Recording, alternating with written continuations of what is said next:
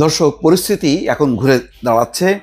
Iran খুবই জোরালো আক্রমণ শুরু করেছে, আর সেই আক্রমণ শুরু হবার পর মার্কিন যুক্তরাষ্ট্রের সুরও বদলে যাচ্ছে।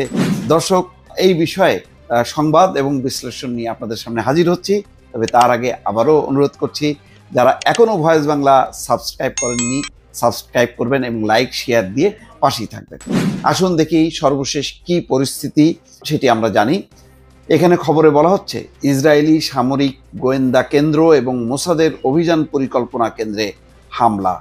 আইআরজিসি ইরানের পক্ষ থেকে হামলা করা হয়েছে ইসরায়েলি সামরিক গোয়েন্দা কেন্দ্রে এবং মোসাদের যে অভিযান পরিকল্পনা কেন্দ্রে, অর্থাৎ যে মোসাদ রীতিমতো প্রথম দফায় পরিকল্পিত একটি হামলায় ইরানের 20 জন কমান্ডার নিহত হয়েছে, 6 জন পরমাণু বিজ্ঞানীও তাদের মধ্যে আছে। এই অবস্থায় বিপদ টের পাচ্ছে ইরান, এবং ইরান বলছে যে একেবারে রীতিমতো বৃষ্টির মতো বা ছেয়ে ফেলবে নতুন যে ক্ষেপণাস্ত্র, শক্তিশালী ক্ষেপণাস্ত্র, সেই ক্ষেপণাস্ত্রের আঘাত হানাবে ইসরায়েলে এবং তেল আবিব সহ হনুফা এবং আশেপাশের শহরগুলোর মানুষজন রীতিমতো পালাচ্ছে। এমন একটি পরিস্থিতিতে ডোনাল্ড ট্রাম্প প্রথমে যে হুমকি দিয়েছিল, সেই হুমকিকে অন্যভাবে ব্যবহার করছে। বলছেন যে তেহরানের বাসিন্দাদের সরে যেতে বলার বিষয়ে ট্রাম্প বলছেন যে আমি চাই মানুষ নিরাপদ থাকুক। আসলে বিষয়টা তা না, রীতিমতো হুমকি দিচ্ছিল। এখন ট্রাম্প শুধু তাই না, সিবিএস এর সাংবাদিককে বলেছে যে ইরানের সঙ্গে আলোচনায় ভ্যান্স অর্থাৎ ভাইস প্রেসিডেন্ট অথবা উইটকফকে পাঠাতে পারেন তিনি। এমন পরিস্থিতি নিঃসন্দেহে বলা যায় যে যখন আর ইরানের হামলার তোপ সহ্য করতে পারছে না ইসরায়েল এবং আমেরিকা, তখন তারা সুর পাল্টিয়েছে। সর্বশেষ যে খবর, ইরানের অভিজাত Islamic revolutionary guard corps IRGC বলছে তারা ইসরায়েলে একটি সামরিক গোয়েন্দা কেন্দ্র এবং মোসাদের একটি অপারেশন পরিচালনা কেন্দ্রে হামলা চালিয়েছে। ইরানের আধা সামরিক তাসনিম নিউজ এজেন্সিতে প্রকাশিত এক বিবৃতিতে এই দাবি করেছে আইআরজিসি।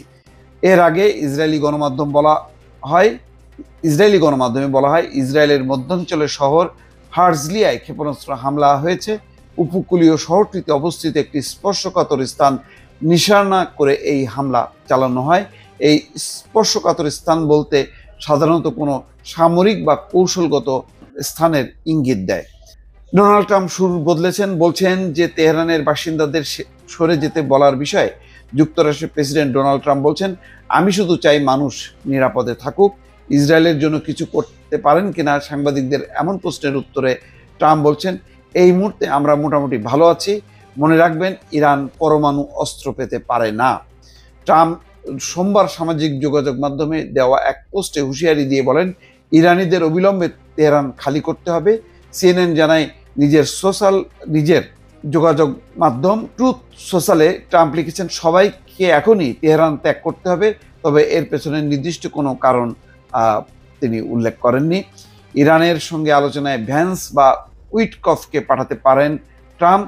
সিবিএস এর সাংবাদিক ইরানি কর্মকর্তাদের সঙ্গে আলোচনার জন্য মার্কিন প্রেসিডেন্ট ডোনাল্ড ট্রাম্প এবং ভাইস প্রেসিডেন্ট জেডি ভ্যান্স বা মধ্যপ্রাচ্য বিষয়ক দূত স্টিভ উইটকফকে পাঠানোর কথা ভাবছেন ডোনাল্ড ট্রাম্প। সিবিএস নিউজের এক সাংবাদিক এমনটাই জানিয়েছেন। এই সাংবাদিক ট্রাম্পের সঙ্গে একই উড়োজাহাজে করে কানাডা থেকে যুক্তরাষ্ট্রে ফিরেছেন। G7 সম্মেলনে অংশ নিতে কানাডায় গিয়েছিলেন ট্রাম্প, কিন্তু ট্রাম্প এবং পররাষ্ট্রমন্ত্রী মার্ক রুবিও তারা দ্রুত সেই সম্মেলনের মধ্যপথে ফিরে এসেছেন যুক্তরাষ্ট্রের, এবং জরুরি তারা বৈঠক করেছেন। সেখান থেকেই তারা সিদ্ধান্ত নিয়েছেন যে এই দুই কর্মকর্তার যে কোনো একজন কর্মকর্তাকে ইরানে পাঠাবেন। মোট কথা, ইরানকে এখন যদি ঠেকাতে না পারে, তাহলে ইরান যেভাবে হামলা করছে ইসরায়েল, তাতে তেল আবিব, হনুফা সহ গুরুত্বপূর্ণ শহরগুলো তছনছ হয়ে পড়বে এবং কোনোভাবে টিকতে পারবে না। ইসরায়েলও চাইছে যে মার্কিন যুক্তরাষ্ট্র এই যুদ্ধে জড়িত হোক, কিন্তু মার্কিন যুক্তরাষ্ট্রের ভেতরে আইন প্রণেতাদের মধ্যেই দ্বিধা বিভক্তি আছে। তারা কোনোভাবেই চায় না যে ইসরায়েলের এই যুদ্ধের ফাঁদে আমেরিকা পড়ুক বা সেই ফাঁদে পা দিক। মোট কথা এমন একটা পরিস্থিতি, একটা টালমাটাল একটা অবস্থা। দর্শক, নিশ্চয়ই আপডেট নিয়ে আবারও হাজির হব আপনাদের সামনে। ভালো থাকবেন। আল্লাহ হাফিজ।